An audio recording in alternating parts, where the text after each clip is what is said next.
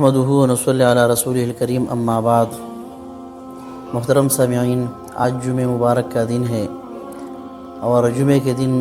کچھ عبادات جن کی فضائل بہت زیادہ ہے، ان میں سے درود شریف بھی ہے،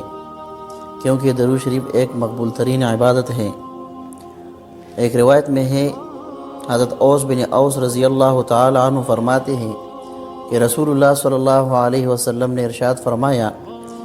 کہ جمعہ کے دن تمہارے بہترین دنوں میں سے ہے۔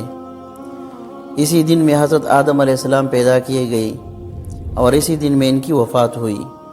اور اسی دن میں سور پھونکا جائے گا یعنی نفخہ ثانیہ، اور اسی دن میں ہلاک کر دینے والا ہوگا یعنی نفخہ اولا، جس میں سارے چیزیں مر جائیں گے۔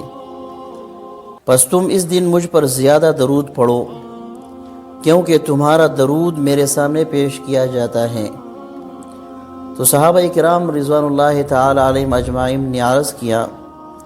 کہ اللہ کے رسول صلی اللہ علیہ وسلم، آپ پر ہمارے درود کیسے پیش کیا جاتا ہے جبکہ آپ کی ہڈیاں بوسیدہ ہو چکی ہوں گے؟ تو آپ صلی اللہ علیہ وسلم کے صحابہ نے یہ خیال کیا کہ آپ صلی اللہ علیہ وسلم کا جسد اطہر بوسیدہ ہو چکا ہوگا، تو آپ صلی اللہ علیہ وسلم نے فرمایا، بے شک اللہ تعالیٰ نے حرام کر دیا ہے